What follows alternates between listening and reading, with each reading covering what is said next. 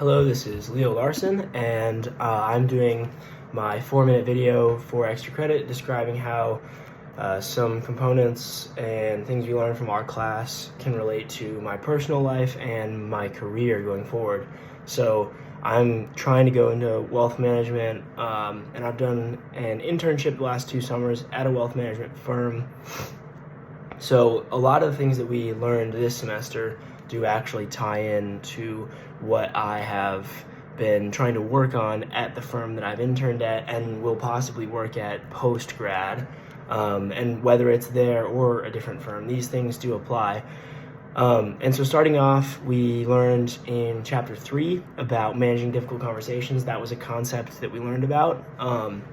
And one way that I can sort of tie that into my career going forward, especially as a wealth manager, is that a lot of people, clients specifically, come in to their wealth manager, to their financial advisor for advice, and it's oftentimes a difficult conversation. When I was sitting in on client meetings this past summer, there were certain clients who had expectations for how their retirement or how their older life prior to retirement would go, and the advisors that I was sitting in with had to steer them into a different direction than they were maybe keen on moving. For example, maybe they wanted to buy a house in Florida and wanted to be snowbirds. I was working in Minnesota, so a lot of these people want to get out for the winter.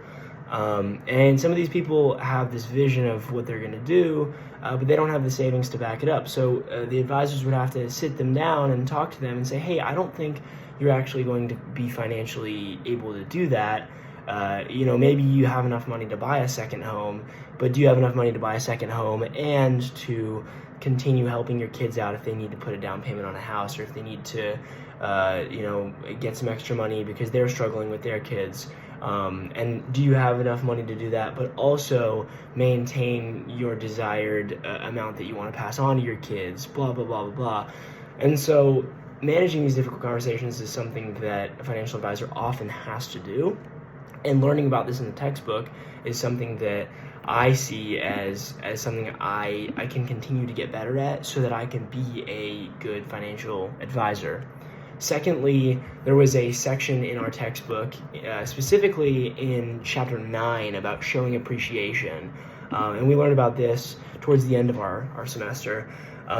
But I would relate this to what I'm trying to do, because oftentimes the biggest way that a financial advisor becomes successful is not necessarily him investing their money and making more than the guy next door would make on your money, but it's the relationship that you have with your clients. It's the ability to make them feel like they have a friend on the other side of the phone, a friend across the table when they're meeting. Because oftentimes when you're putting all of your money into someone's hands, you want to trust them and you want to know they're a good person. So it's really important as a financial advisor to be able to show appreciation to your clients and show appreciation to all of your employees that are working in the operations department, that are helping you execute all the tasks that you need to do. Because one of the most important things as a financial advisor, as I've stated already, is having integrity and being a stand-up good person. If you are that person day in, day out, that will bleed in to the way your clients view you. And at the end of the day, they'll trust you more and want to continue having their money held with you, because they'll feel like you're going to make the right decision regardless of if it benefits you or not. So it is really important as well to show appreciation.